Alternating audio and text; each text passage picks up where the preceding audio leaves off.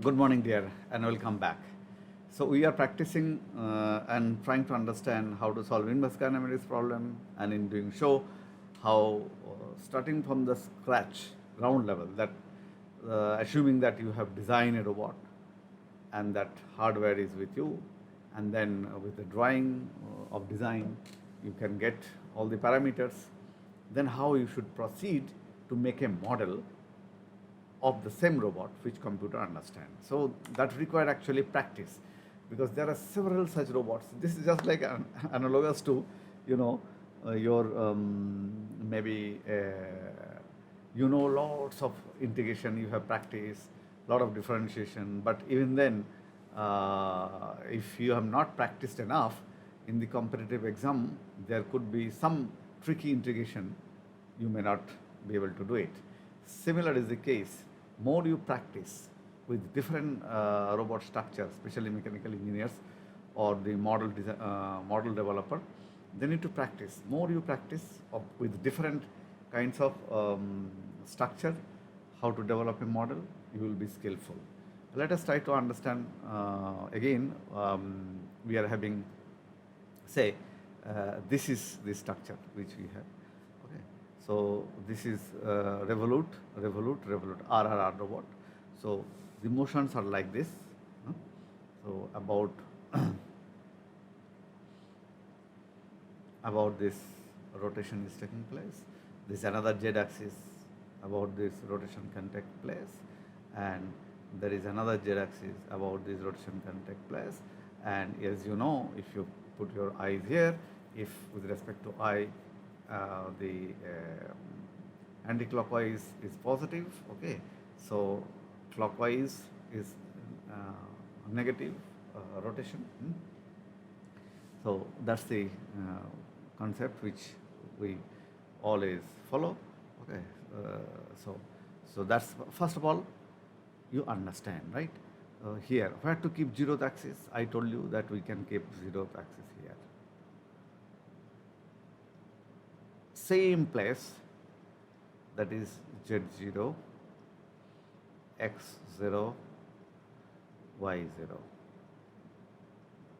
They are aligned with first axis, so that most of the you see, everything is gone except the motion variable, because the rotation is taking place, okay, about z0, which is inertial coordinate frame. So theta 1 will be remaining. Okay, same, you prepare. First of all, this structure is given, so you can attach coordinate frame. How to attach? Identify the motion axis. So this is your one motion axis. So z is here. Another motion axis, z is here. Another motion axis, so z is here. So these are the direction of the z. So where will be x? X will be in the direction of the, you see, the distance between two successive x. Okay, that is the common normal. Common normal distance actually is the distance between the common normal between is a minimum distance between this axis and this axis. And here you see they are intersecting. So common normal is 0. Okay, so where to keep x? Tell me where to keep x-axis. X-axis will be kept perpendicular to the plane where this yz plane is there. So this will be x1 axis. Okay, so when they are 0, and then you see what is the twist angle? Z1 was here, and now the new Z2 is here. That means it has rotated in this direction. Okay, and if I see from this direction, okay, so this is clockwise. If this is clockwise, then the alpha angle, that is twist angle. Twist angle is the angle between two successive z-axis, as you know. So twist angle will be minus 90 degree. This and this. So with respect to this is twisted. By how much amount? 90 degree. Positive or negative? Negative, because I am looking from here, and you can look from here, and you can see this axis rotation is. Okay. Okay, so this edge again, this is theta 2 variable, and then again z will be here, and then where to keep your x. Okay, so these two z axes are parallel. You can keep anywhere. Okay, between this here, here, here, but I need to put it here so that this is aligned with this, and some of the parameters will be 0. So I could easily put Z3 and X3 origin here, and the moment or this is fixed, then Y3 is fixed. So this is one. You see why I am showing this example. This is here, you can see, because this coordinate frame attachment is not unique. Okay, see, because I have considered the counterclockwise direction rotation. That's why Z is here. But what if the rotation is taking place, okay, in the clockwise direction? Then Z will be in this direction. So, and the rotation of the joint could be either clockwise or anti-clockwise. I can assign either in clockwise, anti-clockwise, all will be actually leading to the same model. Okay, so this is another possibility. You see here, alpha angle is 90 degree, but Z2 is in this direction. Okay, so don't worry, D2 was L1 here. We were calculating L1 from here to here. Now L2, L1 will be minus, okay, in this direction, okay, because Z2 is this. So in this way, automatically it will be taken care of. Okay. So this is very interesting. So this is one set. This is another set. Okay. Now, can we not do another set? Yes, I can put this is in this direction. This is an exercise for you to do this. Okay.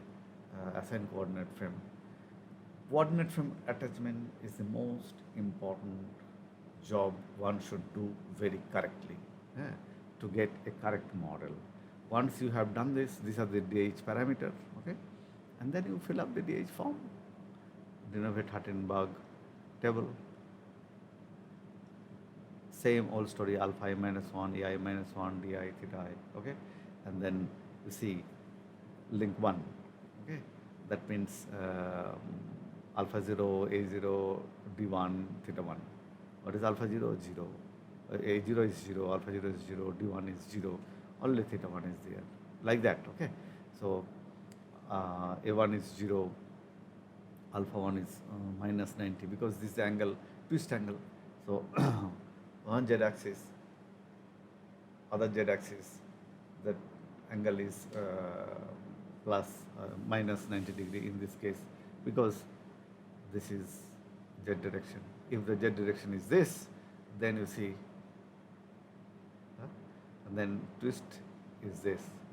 So if I look from here, so this is counterclockwise, this is clockwise, this is counterclockwise, and that's why it is positive.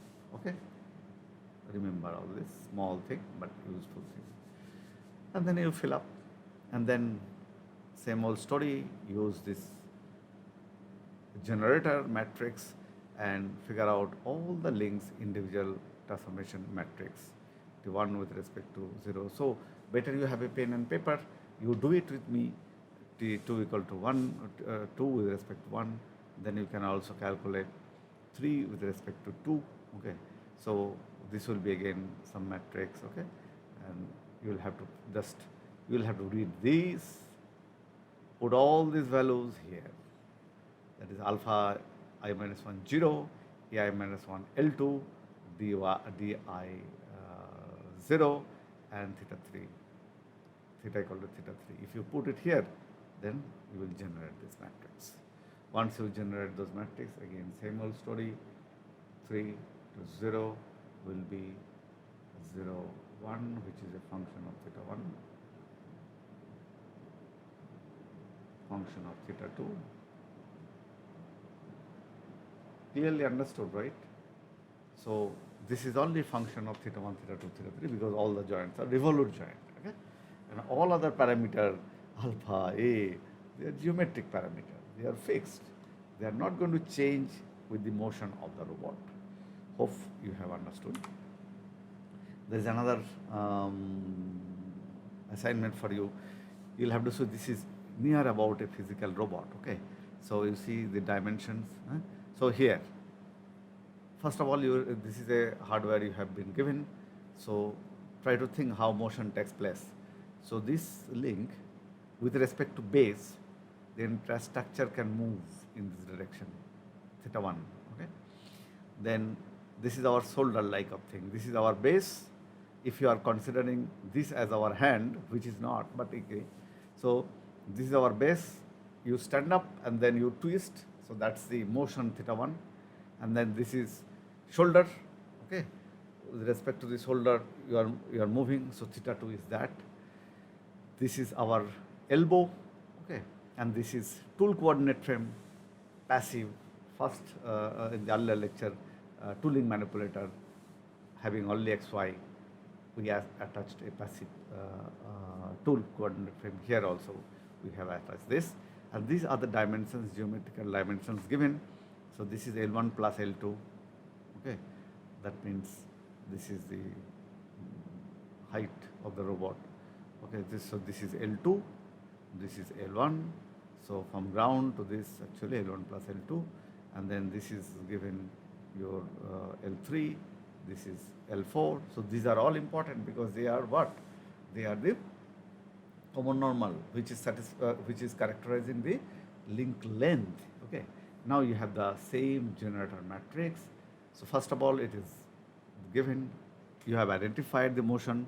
So wherever motion you have identified, see theta 1, theta 2, theta 3. You assign z coordinate frame, and at the ground, so this is your starting coordinate frame. Okay. X start. Okay. So if you put the coordinate frame like this, then minimum number of non-zero parameters will be there. So you put coordinate frame, 0th coordinate from here, and you see first coordinate frame here, because that's the axis Z1 with respect to which the base is moving. Okay, so it is here. Why I have kept it here? Because here another motion, which is shoulder motion, that axis also I have kept. In doing so, in making their origin same, I managed to make many, you will see, many parameters 0 vanishes. Okay, and that's my intention, right? Make as many parameters at 0 except motion parameter, they should remain. Okay, so model will be good then. So here you see first coordinate frame and another coordinate frame attached here. So this is the Z2. Okay, and X will be in the you see perpendicular to the X will be the distance between two successive Z. So Z1 and Z2, Z1, Z2 are intersecting, so that X2 will be vanished, will be perpendicular to Z1. That's why X1 is perpendicular to Z1, X2 is perpendicular to Z1. So X1, X2, there. This is actually here. Okay. So only thing is there is a twist between Z1 and Z2, and here you identify this is a joint. In the direction of joint, whimsically you select Z3. Okay, and the distance between two successive, this is one Z, so this is another Z, so Z2, Z3, in that direction common normal X3 will be there and Y3 will be completing the orthogonal coordinate frame. So that's the way coordinate frame has to be attached. See, interesting thing is by attaching these two coordinate frame at a single point, that is your judgment actually. The more you practice, the judgment will be there. Okay, and once you have done this, then you see DH table you will have to prepare. Now come here. So link 1. Okay, link 1. So everything is 0 except di, that is the link length. Okay, the L1 plus L2, L1 plus L2, the distance between two successive x-axis. Okay, this is x-axis, this is x-axis, x0, x1. The distance between two successive axes is the d1. So this is L1 plus L2 and theta 1. In number 2, link number 2, you see link number 2, Z2 is actually 90 degree. This is Z2. So if I look from here, so it was Z1, so this is counterclockwise, so positive 90, that's why positive 90, and these are to 0. Okay, then come over here, Z3. Z3, what is a twist angle? Z3, Z2, they are parallel, so twist angle 0. And then the distance between two successive Z2 and Z3 is actually L3, which is given over here. You see, this is L3 distance, which is depicted here. Okay? And this is di is 0. Okay, and this is theta 3. Link 4. Link 4 is a passive one only to accommodate L4. You see, there is no twist. This is Z, and they are parallel. Okay, so this is 0, and this distance is L4. This is 0. This is also 0 because passive. So there is no motion. Once you have got this, then easily use this, read this row, and generate this. Then read this row, use this matrix, generate this. Same matrix, use this matrix, use this row, generate. Use this. So together with me you do, please. And you get. Okay. Having got that, then you can have this.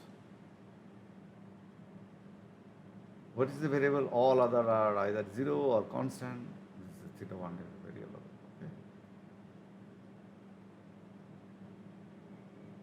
Theta 2 is the variable. Theta 3 is the variable. Okay, that's it. And there is no variable. It is a constant. Okay, so matrix is a constant, 4x4 matrix. Now, this is the model.